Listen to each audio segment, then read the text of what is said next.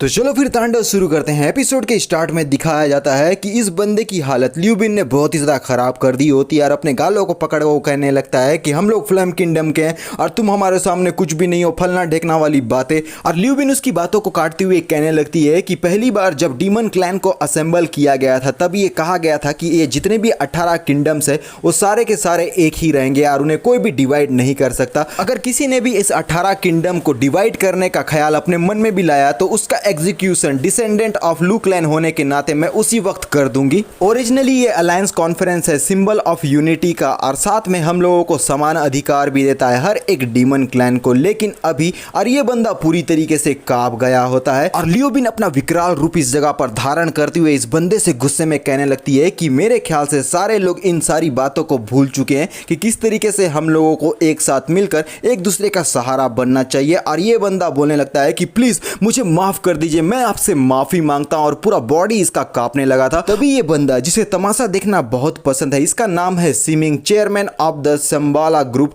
और ये इस जगह पर अपनी एंट्री लेते हुए बोलने लगता है कि पहले ही बार में मुझे ये कमाल का एक्ट इस जगह पर देखने को मिला है, ये बहुत ही जबरदस्त था। और सीमिंग को इस जगह पर देखकर ये बंदा बहुत ही ज्यादा रोते हुए उसके तरफ आते हुए कहने लगता है कि लॉर्ड सीमिंग प्लीज आप मेरी जिंदगी को बचा लीजिए। और सीमिंग लियू बिन से कहने लगता है कि मैं अपने तहे दिल से माफी मांगना चाहता हूं आप लोगों से, क्योंकि ये हमारी गलती थी कि आपके साथ इस तरीके से बर्ताव किया गया। और लियो बिन अपने आप को शांत कर कहने लगती है अगर तुम यहां पर के बॉस हो तो मैं बताना चाहती हूं कि तुम्हारे होटल का मैनेजमेंट पूरी तरीके से खराब है, तुम्हें इसे सुधारने की जरूरत है। और वूजुन कहने लगता है कि अगर इस तरीके के सबऑर्डिनेट होते हैं ना तो उन लोगों को जान से मार देना ही बेहतर होगा। सीमिंग कहने लगता है क्योंकि ये कॉन्टेस्ट बहुत ही बड़े पैमाने पे होने वाला था और ये जितने भी बड़े बड़े लोग थे उन लोगों ने प्री रजिस्ट्रेशन यहां पर किया था, जिस वजह से हमारे पास लिमिटेड रूम था, इस वजह से आप लोगों को थोड़ा सा रूम का शॉर्टेज हो रहा है। और अपने पास से 2 वीआईपी रूम का कार्ड निकाल कर कहने लगता है कि मैं आप लोगों से बहुत ही ज्यादा माफी चाहता हूं, इसलिए मैं चाहूंगा कि आप लोग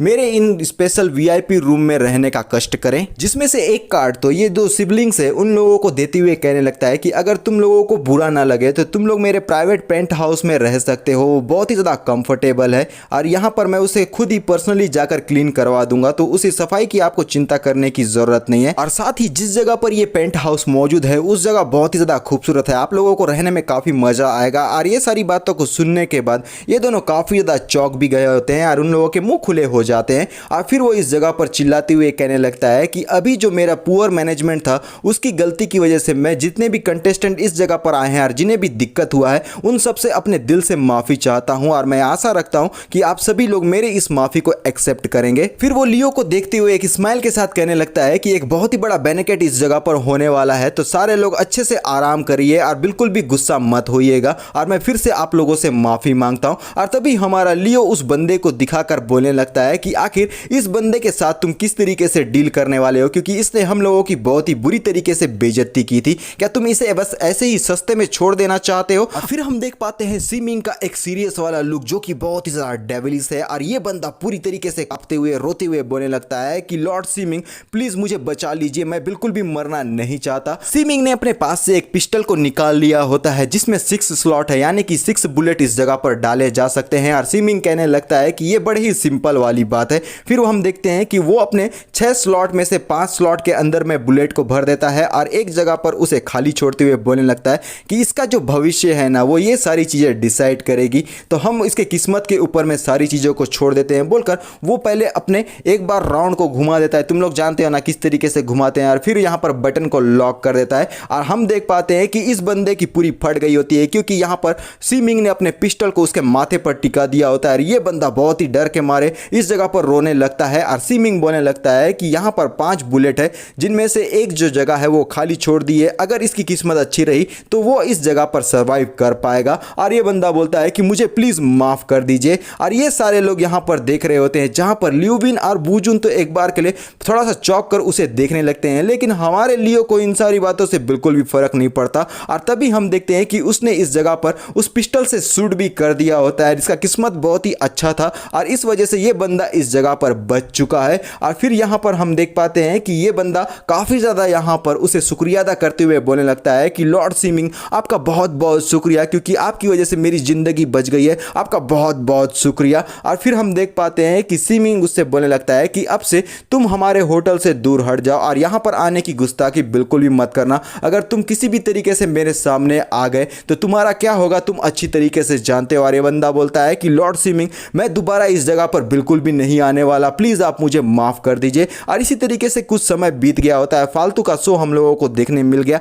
और ये जितने भी कंटेस्टेंट है वो अपने अपने रूम में आगे की तरफ में बढ़ने लगते हैं और पीछे की तरफ से ये जो अटेंडर रहती है वो एक स्माइल के साथ बोलने लगती है कि ये बहुत ही ज़्यादा डरावना था, ये बहुत ही अच्छी बात है कि लॉर्ड सीमिंग आपने यहाँ पर तुरंत एक्ट कर दिया, वो भी राइट टाइम पे। और फिर ये बंदा अपने मन में कहने लगता है कि ये जितने भी ग्रुप इस जगह पर आए हैं ना, उनमें से एक बंदा ऐसा था जिसने मुझे बहुत ही ज़्यादा सरप्राइज कर दिया है। जब मैं ये तमाशा इस जगह पर कर रहा था उस वक्त उसके चेहरे पे किसी भी प्रकार का एक्सप्रेशन मुझे नजर नहीं आया और ये कोई और नहीं बल्कि हमारा लियो है, जिसे देखते हुए ये सारी बातें हमारा सीमिंग अपने मन में कह रहा होता है। और लियो आगे की तरफ में बढ़ने लगता है, लेकिन वो ड्रैगन से बोलने लगता है कि गीटा, क्या तुमने यहाँ पर उस बात को नोटिस किया जो पूरी तरीके से अनयूजुअल था? आखिर ये जो छोटा मोटा होटल का मैनेजर है वो हमें इस तरीके से प्रोवोक करने की कोशिश क्यों कर रहा था? गीटा कहता है कि तुमने बिल्कुल सही कहा, सीमिंग और ये मैनेजर दोनों ही हमें शो दिखाने की कोशिश कर रहे थे। और लियो कहता है कि आखिर ये सब कुछ ये क्यों करेंगे? क्या ये लोग हम लोगों को प्रोवोक करने की कोशिश कर रहे हैं ताकि हम लोगों को एलिमिनेट कर सके? लेकिन वो सचमुच में अगर ऐसा करना चाहता था तो उसे इस सिचुएशन को सॉल्व करने की बिल्कुल भी जरूरत नहीं थी, क्योंकि इन सारी बातों का कोई सेंस ही नहीं बन रहा है। और गीटा कहता है कि इन सारी चीजों का बस एक ही रीजन बचा हुआ है मेरे पास, जो कि तुम्हारी तरह है।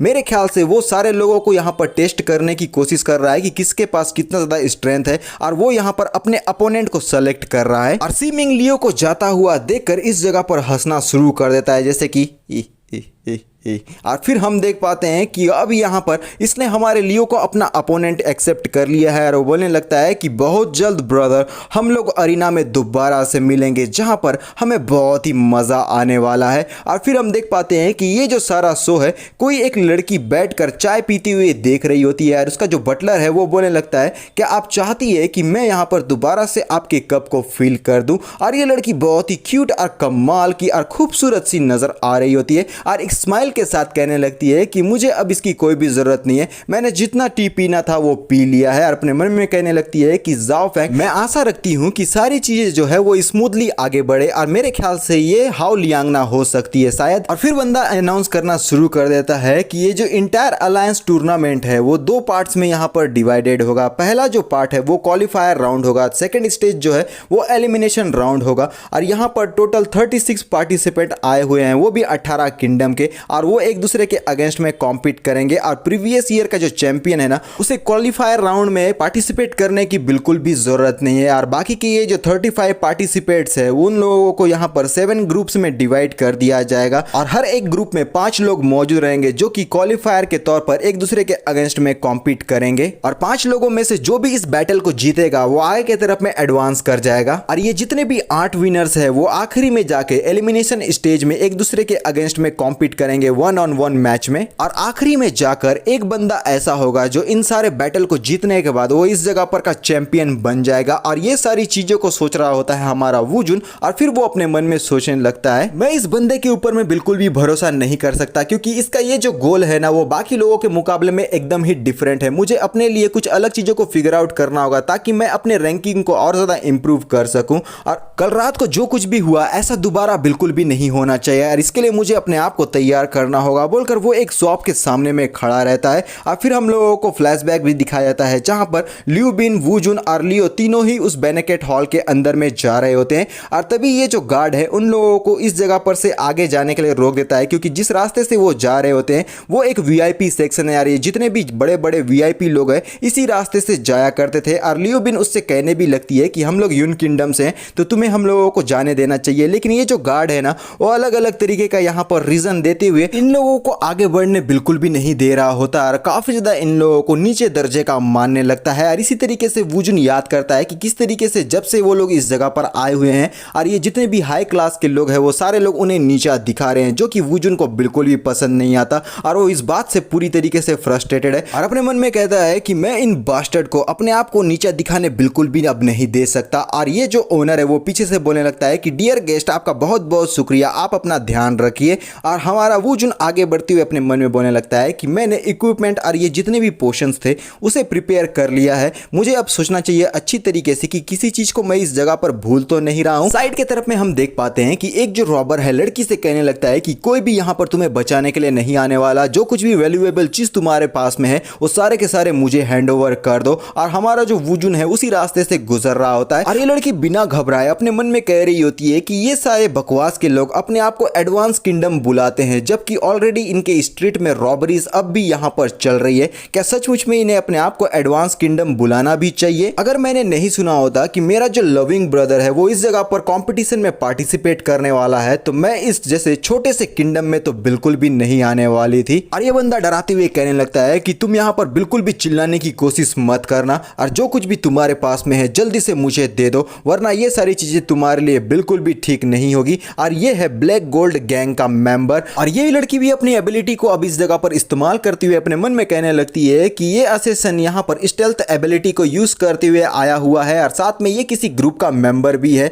तो मेरे ख्याल से मुझे इंस्टेंटली इसे जल्द से जल्द जान से मार देना चाहिए, वरना ये बिल्कुल भी ठीक नहीं होगा। और तभी इसकी जो निगाहें होती है वो किसी चीज को देखने के बाद बहुत ही ज्यादा ब्लश करने लगती है और अपने मन में बोलने लगती है कि आखिर ये कैसे हो सकता है, मैंने उसे यहाँ पर देख लिया। और यहाँ पर हम समझ पाते हैं कि ये जो लड़की है वो हमारे वूजुन के लिए ही आई हुई है और वूजुन का जो ध्यान है वो भी यहाँ पर इस वारदात के तरफ में चला गया होता है। और तभी ये लड़की चिल्लाती हुए बोलने लगती है कि ब्रदर वूजुन प्लीज आप मेरी मदद कीजिए। और ये बंदा पूरी तरीके से बौखला जाता है और कहने लगता है कि मैंने तुमसे कहा ना कि तुम यहाँ पर हेल्प के लिए या फिर किसी भी चीज के लिए बिल्कुल भी नहीं चिल्ला सकती, क्या तुम सचमुच में मरना चाहती है? और उसके साइड के तरफ में ग्रीन कलर का ये जो हमारा गुलाब का पंखुड़ी रहता है वो भी आ चुका है, यानी कि अब हमारा वूजुन इस जगह पर अपना जलवा दिखाएगा। और ये बंदा अभी भी उस लड़की को डराने की पूरी कोशिश कर रहा होता है और बिना देरी के वूजुन जाकर उसके चेहरे पर एक जोरदार मुक्का जड़ देता है, जिससे ये अपने आप को नहीं बचा पाता और यहाँ पर उसका गाल पूरी तरीके से चेप्टा हो गया है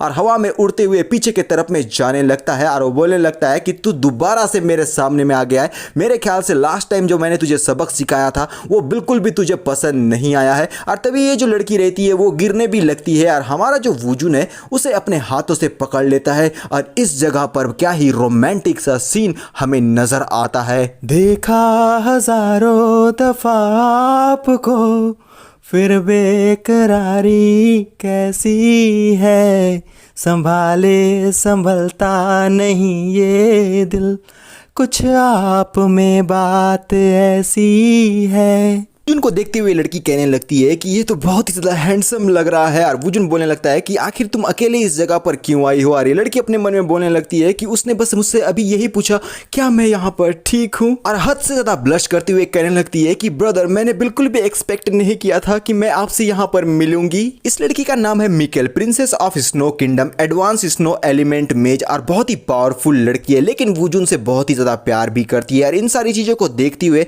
एक और ब्लैक गोल्ड गैंग का मेंबर कहने लगता है कि अचानक से उसका एक हेल्पर इस जगह पर आ गया है, क्या ये दोनों सचमुच में साथ में हैं? फिर वो बोलता है कि चलो अब हम लोगों को ये करना ही होगा, क्योंकि ये जो वुमेन है ना वो बहुत ही ज्यादा रिच मुझे नजर आ रही है और इस तरीके की अपॉर्चुनिटी हम लोगों को दोबारा नहीं मिलने वाली, तो चलो हम जाकर इसे पूरी तरीके से अपने अंडर कंट्रोल में ले लेते हैं। और तभी किसी चीज से ये चौंक जाता है और वो बोलता है कि आखिर अब ये क्या हो गया। और इस बंदे के पैर जो है वो बर्फ से पूरी तरीके से फ्रीज हो गए हैं, जिस वजह से अब ये मूव नहीं कर पा रहा है। और कहने लगता है कि मेरे जो पैर है अचानक से यहां पर फ्रीज कैसे हो गए, कौन है जो अपनी स्नो एलिमेंट एबिलिटी को मेरे अगेंस्ट में यूज कर रहा है? और ये होती है हमारी मिकेल, जो कि अपने गुस्से के साथ में अपने स्नो एलिमेंट मैजिक को इस जगह पर एक्टिवेट कर चुकी है और अपने मन में बोलने लगती है कि तुम जैसे छोटे मोटे तुच्छे से लोग मेरे इस रेयर डेट को बिल्कुल भी इंटरप्ट नहीं कर सकते। और वूजुन उसकी चिंता करते हुए कहने लगता है क्या तुम ठीक हो? क्या उन लोगों ने तुम्हारे साथ कुछ गलत करने की कोशिश तो नहीं की, कि तुम्हें चोट वोट तो नहीं लगा है? और फिर वो यहाँ पर काफी ज्यादा उससे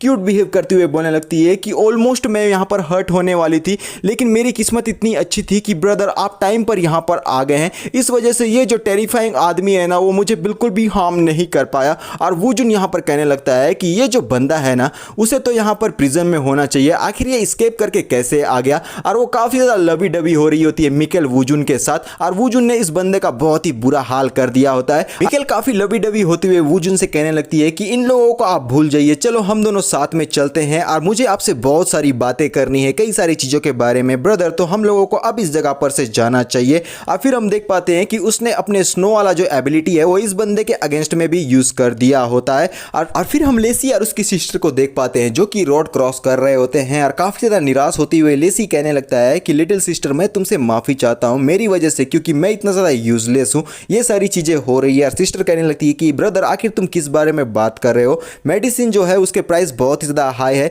हम लोगों को नेक्स्ट टाइम मेडिसिन खरीदना चाहिए। और लेसी यहाँ पर काफ़ी फायर्ड अप होते हुए कहने लगता है कि इस मैच को जीतने के लिए मुझे जो कुछ भी करना पड़े मैं वो करके ही रहूँगा और प्राइज़ मनी को तो मैं ही हासिल करूँगा। और जैसे ही मुझे प्राइज़ मनी मिल जाएगा ना उसके बाद मैं तुम्हारे इलनेस को क्योर कराऊंगा सर्जरी के थ्रू, और इस बात को तुम अच्छी तरीके से याद रखना। फिर सिस्टर बोलने लगती है कि मनी जो विलेजर्स ने हम लोगों को दिया था ना, अच्छा यही होगा कि हम तुम्हारे लिए कुछ डिफेंस और गियर्स और पोशंस इस जगह पर बाय कर ले, जिसके बाद तुम और भी ज़्यादा पावरफुल बन जाओगे। क्योंकि हो सकता है कि तुम्हारे जो अपोनेंट्स है वो बहुत ही ज़्यादा स्ट्रांग हो और तुम अपने आप को इतना ज़्यादा पुश बिल्कुल भी मत करो, तुम्हारी सेफ्टी पहले आती है। और लेसी कहने लगता है कि मैंने इसके बारे में पहले क्यों नहीं सोचा, मुझे कुछ हाई अटैक और पोशन वेपन्स अपने लिए बाय कर लेना चाहिए क्योंकि मेरे पास दूसरा चांस नहीं मिलेगा। और फिर सिस्टर बोलती है कि ब्रदर तुम्हें सबसे पहले अपने डिफेंस पे भी ध्यान देना चाहिए। और फिर हम देख पाते हैं हमारे लियो को जो कि अपने ली वेपन को बाहर निकाल लिए रहता है। पूछता है क्या तुमने यहाँ पर किसी बंदे को नोटिस किया जो मुझे अभी डिफीट कर सकता है। लेकिन गीटा बोलने लगता है कि ये बहुत ही ज़्यादा हार्ड है मेरे लिए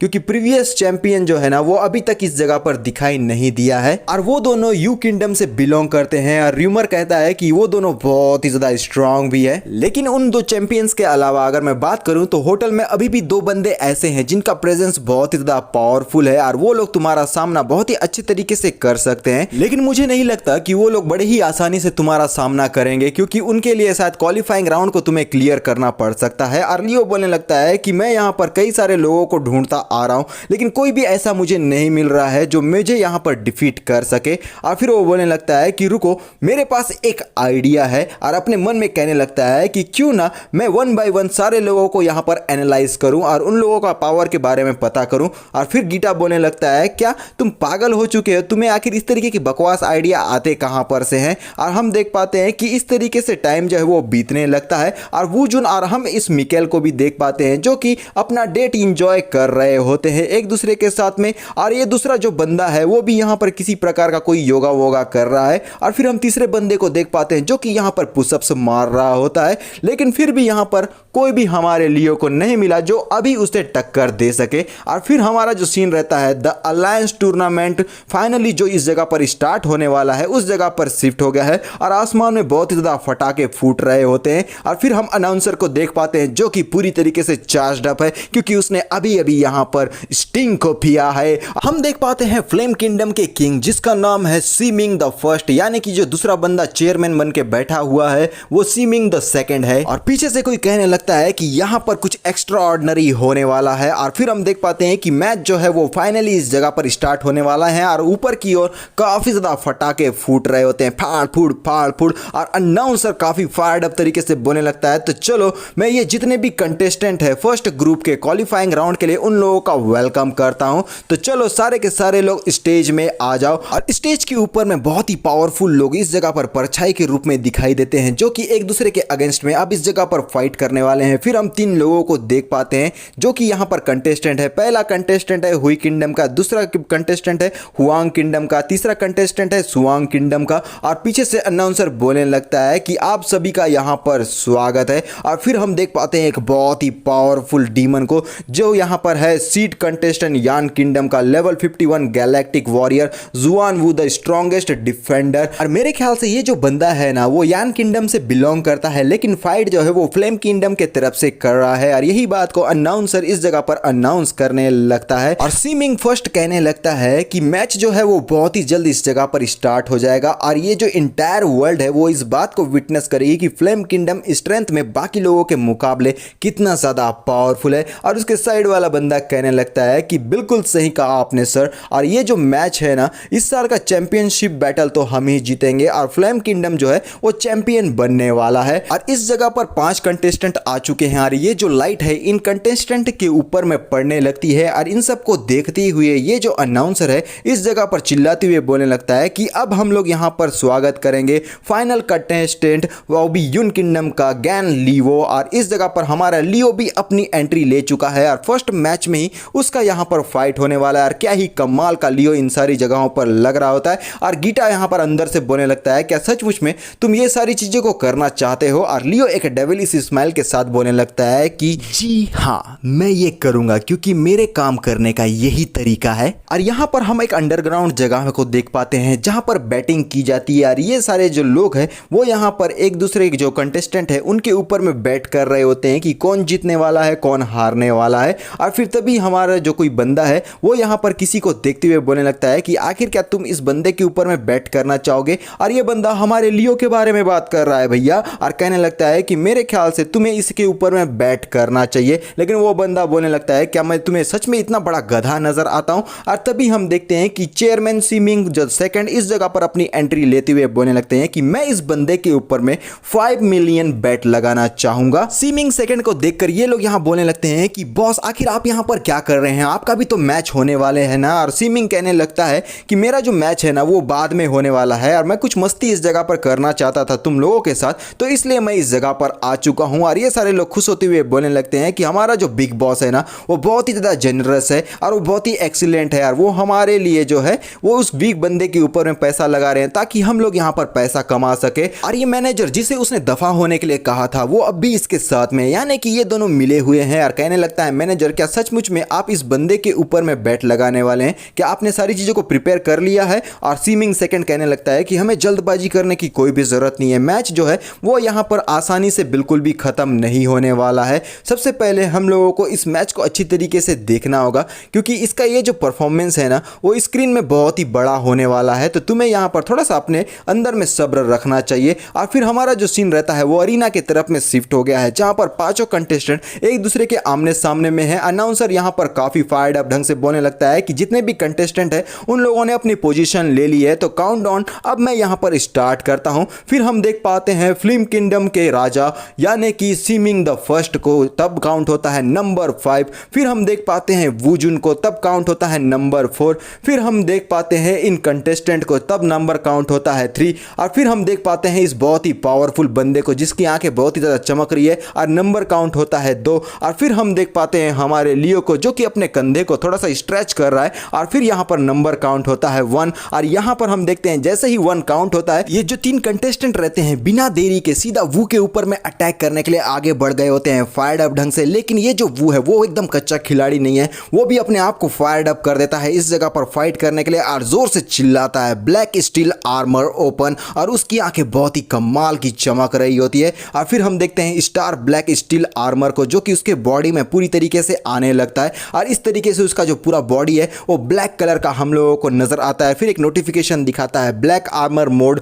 जुआन बू occupied with black steel armour defence boost defence 1000 plus. और ये बहुत ही पावरफुल बन चुका है। और साथ में हम देखते हैं कि ये जो बंदा है इस जगह पर अपने नानचाक को यूज करते हुए वू के ऊपर में अटैक करने लगता है। और ये जो यहाँ पर बुद्धा टाइप का बंदा है जिसका बॉडी एकदम फूला हुआ हल्के समान है वो भी अपने फिस्ट से वू के ऊपर में अटैक कर देता है। और ये डीमन एक गन स्लिंगर है जो कि अपने गन से कंटिन्यूअसली वू के ऊपर में अटैक कर रहा होता है हर एक पोजीशन से, यानी कि ये जो तीनों लोग हैं वो मिलकर एक साथ में वू को हर हालत में इस जगह पर डिफीट करने का पूरा कोशिश कर रहे होते हैं। और इनका पावरफुल अटैक की वजह से इस जगह पर धुआं ही धुआं हम लोगों को नजर आने लगता है। लेकिन ये जो वू है वो कोई कच्चा खिलाड़ी नहीं है और ना ही कोई वीक बंदा है, वो यहाँ पर एक डेविलिश हंसी के साथ में इस धुएं से बाहर की तरफ में आ जाता है। और उसे सही सलामत देखने के बाद ये जो तीनों लोग हैं वो यहाँ पर बारी बारी से कहने लगते हैं, जिसमें से ये जो बंदा है वो बोलने लगता है कि आखिर इस बंदे के बॉडी में एक भी स्क्रैच क्यों नहीं आया। फिर ये चश्मुद्दीन चिराग बॉडी बिल्डर फूला हुआ हल्क बोलने लगता है कि इसे बिल्कुल भी डैमेज नहीं लगा है,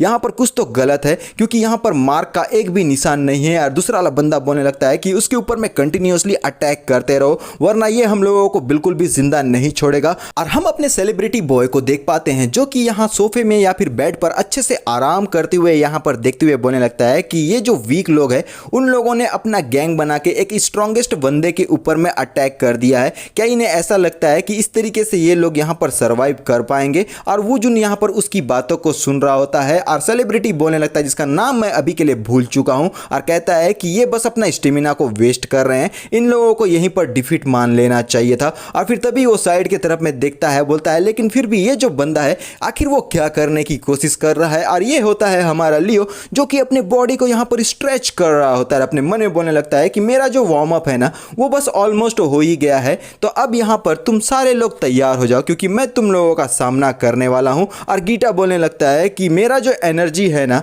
वो अभी फुल पोटेंशियल पर है, तो तुम यहाँ पर अपने सबसे पावरफुल अटैक को इस जगह पर यूज कर सकते हो। और वुजुन बोलने लगता है क्या तुम सचमुच में सारी चीज़ों को अपने अगेंस्ट में अब करने वाले हो या फिर किसी प्रकार का कोई क्रेजी सा स्टंट मुझे दिखाने वाले हो, आखिर तुम अब क्या करने वाले हो लियो। और फिर हम देख पाते हैं हमारे लियो को जो कि अपने पास से ली को बाहर निकाल देता है। बहुत ही ज़्यादा एक ब्लू कलर की लाइटनिंग उसके पास से निकल रही होती है। यार क्या ही कमाल का हमारा लियो इन सारी जगहों पर लग रहा होता है। एक स्माइल के साथ बोलने लगता है तो चलो अब सारी चीज़ें यहाँ पर सेटल हो गई है, तो इन लोगों को एक बहुत ही कमाल का धमाकेदार बेहतरीन और ज़बरदस्त शो क्यों ना यहाँ दिखा दिया जाए। और फिर चिल्लाते हुए बोलने लगता है कि सारे लोग इंक्लूडिंग कैमरा के लोग मेरी तरफ ध्यान दो और यहाँ पर देखो कि मैं अब यहाँ पर क्या करने वाला हूँ। और ये जो कैमरा है और जितने भी लोग हैं हमारे लियो की आवाज़ को सुनने के बाद अपना अटेंशन लियो की तरफ में देने लगते हैं। और लियो की आवाज़ को सुनकर ये जो 4 कंटेस्टेंट है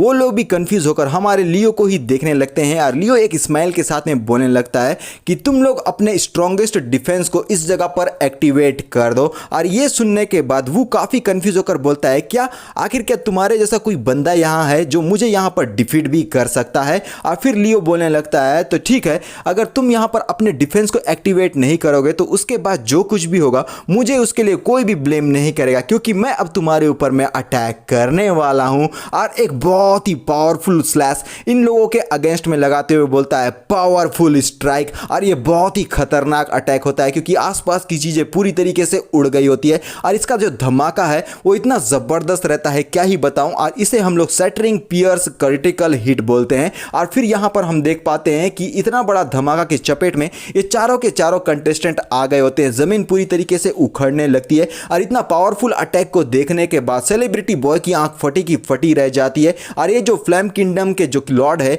यानी कि सीमिंग फर्स्ट वो भी पूरी तरीके से हक्के बक्के हो जाते हैं। और ये जो धमाका है वो कोई छोटा मोटा धमाका नहीं, यहाँ तक कि इस अरीना का जो वॉल है वो पूरी तरीके से ब्रेक हो चुका है। और इस अटैक को देखने के बाद वुजुन और ल्यूबिन की मुंह पूरी तरीके से खुले हो गए होते हैं। और वुजुन बोलने लगता है कि मैंने कुछ एक्सपेक्ट तो किया था लेकिन इतना बड़ा मैंने बिल्कुल भी एक्सपेक्ट नहीं किया था। और यहाँ हम देख पाते हैं कि अरीना को अगर 4 भागों में डिवाइड कर दिया जाए तो उसका एक भाग को हमारे लियो ने इस जगह पर पूरी तरीके से डिस्ट्रॉय कर दिया होता है। इतना पावरफुल अटैक को झेलने के बाद ये जो सबसे वीकेस्ट कंटेस्टेंट रहते हैं 3 जो टीम बनाकर वू के ऊपर में अटैक कर रहे थे वो इस जगह पर डिफीट हो चुके हैं। लेकिन हम देख पाते हैं वू को जिसके यहाँ पर आर्मर पूरी तरीके से ब्रेक हो गए और उसका आर्मर इतना पावरफुल था इस वजह से यहाँ पर वो सारा का सारा डैमेज ले गया। और यहाँ पर जो वू है उसे उतना ज़्यादा डैमेज नहीं पहुंचा है, लेकिन फिर भी इसकी जो इंजरी है ना वो बहुत ही ज़्यादा हाई लेवल पर है। और वू कहने लगता है कि आखिर ये कैसे पॉसिबल हो सकता है। और ये जो अनाउंसर है वो बहुत ही ज़्यादा फायर्ड अप होकर कहने लगता है कि यून किंगडम का कंटेस्टेंट ने इन सारे यानी कि 3 लोगों को यहाँ पर डिफीट कर दिया है, वो भी अपने सिंगल स्ट्राइक में। यानी कि अब ये 1-on-1 फाइट 2 लोगों के बीच में होने वाला है। और हमारा जो लियो है अपने ली वेपन को सामने के तरफ में करते हुए कहने लगता है कि नेक्स्ट स्ट्राइक जो है ना वो यहाँ पर और भी ज़्यादा पावरफुल होने वाला है। और तभी वो यहाँ पर घबरा कर कहने लगता है कि रुको रुको, मैं यहाँ पर सरेंडर करता हूँ, मैं यहाँ पर हार मानता हूँ, क्योंकि उसने हमारे लियो के रियल पावर को देख लिया होता है। और यहाँ पर वू को सरेंडर करता हुआ देखकर जो ऑडियंस है वो यहाँ पर पूरी तरीके से हक्की बक्की हो जाती है। और फ्लेम किंगडम का लॉर्ड यानी कि सीमिंग द फर्स्ट वो यहाँ पर चिल्लाते हुए बोलने लगता है ये तो हमारे लिए बड़े ही डिसग्रेसफुल वाली बात है। और साइड वाला बंदा बोलने लगता है कि आखिर ये कैसे कर सकता है, इसे ऐसा नहीं करना चाहिए, इसने हमारे नाम को मिट्टी में मिला दिया है। और ये जो अंडरग्राउंड एरिया जहाँ पर बैटिंग होता है ये लोग भी पूरी तरीके से कंफ्यूज हो जाते हैं और वो बोलने लगते हैं कि इस बंदे ने इंटायर अरीना को यहाँ पर हिला के रख दिया है और उस बंदे ने सरेंडर भी कर दिया है। और हम समझ पा रहे हैं कि वो इतना ज़्यादा पावरफुल है इस वजह से उस बंदे ने भी सरेंडर किया है। वो काफ़ी ज़्यादा घबराते हुए अपने मन में कहने लगता है कि इसका वेपन किसी भी डिफेंस को बाईपास करके ट्रू डैमेज दे सकता है। इसके फर्स्ट स्ट्राइक से ही मैं समझ गया हूँ कि इसने अपना फुल पोटेंशियल इस जगह पर यूज़ नहीं किया है। अगर ये अपना ऑल आउट स्ट्राइक कर देता तो ये जो अरीना है वो बस एक धूल का कण बन के ही रह जाता। और उस बात को सोचने के बाद इसका पूरा बॉडी कांप गया होता है और अपने मन में बोलने लगता है कि आखिर रियलिटी में ये बंदा है कौन और इसकी रियल आइडेंटिटी है क्या। और इस जगह पर मौजूद अनाउंसर हमारे लियो के हाथ को उठाकर कहने लगता है कि फर्स्ट क्वालिफाइंग सैटिस्फाइंग मैच जो है वो इस जगह पर खत्म हो गया है और हमारा फर्स्ट विनर जो है वो डिक्लेयर किया जाता है, वो है यून किंगडम के कंटेस्टेंट गैन लियो। और लियो को देखते हुए वो कहने लगता है कि आखिर सचमुच में तुम हो कौन और तुम इस जगह पर क्या करने की कोशिश कर रहे हो। तुम्हारा ये जो ओवरवेलमिंग पावर है मैं इसे अच्छी तरीके से देख पा रहा हूँ। तुम्हारा जो स्ट्रेंथ लेवल है वो बाकी लोगों के मुकाबले में बहुत ही ज़्यादा हायर लेवल पर है, यहाँ तक कि कोई ए रैंक का वॉरियर भी उस तक अचीव नहीं कर सकता। और फिर तभी हम देखते हैं कि माइक को लेते हुए लियो टीवी के अंदर से बोलने लगता है कि तुम्हारा ये जो माइक है ना वो तुम अभी के लिए मुझे दे दो। और बाकी के लोग बोलने लगते हैं कि आखिर अब ये यहाँ पर क्या करने की कोशिश कर रहा है। दरअसल ये हमारा सीमिंग सेकंड बोल रहा होता है और अपने मन में कहने लगता है कि तुम्हारा जो परफॉर्मेंस है मेरे ख्याल से अभी बिल्कुल भी खत्म नहीं हुआ है, क्या मैं सही बोल रहा हूँ। और फिर यहाँ पर माइक को लेने के बाद पहले तो हमारा लियो बोलता सारे के सारे डीमंस मेरी बात को अच्छी तरीके से सुनो। और फिर यहाँ पर एक बार के लिए शांत हो जाता है और एक बहुत ही भद्दा सा मुंह बनाकर अपने थम्स को डाउन करके उन्हें नीचे दिखाते हुए कहने लगता है कि तुम लोग बस यहाँ पर फ्लेम किंगडम, यू किंगडम, ली किंगडम की बस बढ़ाइयाँ करते रह जाते हो और इसके अलावा कुछ भी नहीं। बस तुम्हारे पास एस रैंक के डीमंस ही है, आखिर वो यहाँ पर क्या ही कर सकते हैं। तुम सारे के सारे वीकलिंग्स हो। और ये सारी बातों से ये जितने भी किंगडम के लोग आए होते हैं वो हमारा लियो उनका अटेंशन घेर लेता है और सारे लोग बड़े ही गौर से उसकी बातों को सुनने लगते हैं। और हमारा जो वूजू ने अपने माथे को पकड़कर बोलने लगता है कि मेरे को मालूम था ये बंदा इस तरीके की हरकत जरूर करेगा। और लियो बिन पूरी तरीके से आश्चर्यचकित और अपने मन में बोलने लगती है कि लियो आखिर तुम ये क्या करने की कोशिश कर रहे हो। और लियो चिल्लाकर कहने लगता है कि फर्स्ट प्लेस मुझे बिलोंग करता है क्योंकि मैं डीमंस में सबसे ज्यादा स्ट्रॉन्गेस्ट हूं। अगर तुम लोगों को इस बात से कोई भी प्रॉब्लम है तो वो आकर मेरा सामना फेस टू फेस कर सकता है और मैं किसी से भी फाइट करने के लिए तैयार हूं बोलकर एक स्माइल के साथ उन लोगों को बैटल के लिए ललकार चुका है। और क्या ही कमाल का हमारा लियो इन सारी चीज़ों को करते हुए नजर आ रहा होता है। इस तरीके से हम समझ सकते हैं कि अब ये जितने भी किंगडम के लोग हैं वो सारे के सारे हमारे लियो को एम करेंगे क्योंकि लियो ने यहाँ काफ़ी ज़्यादा उनकी बेइज्जती कर दी होती है। और इसी बेइज्जती के और अपनी खुद की बढ़ाई के साथ हमारा ये जो पार्ट है यहीं पर ख़त्म हो जाता है। तो मिलते हैं नेक्स्ट पार्ट में और अभी के लिए बाय।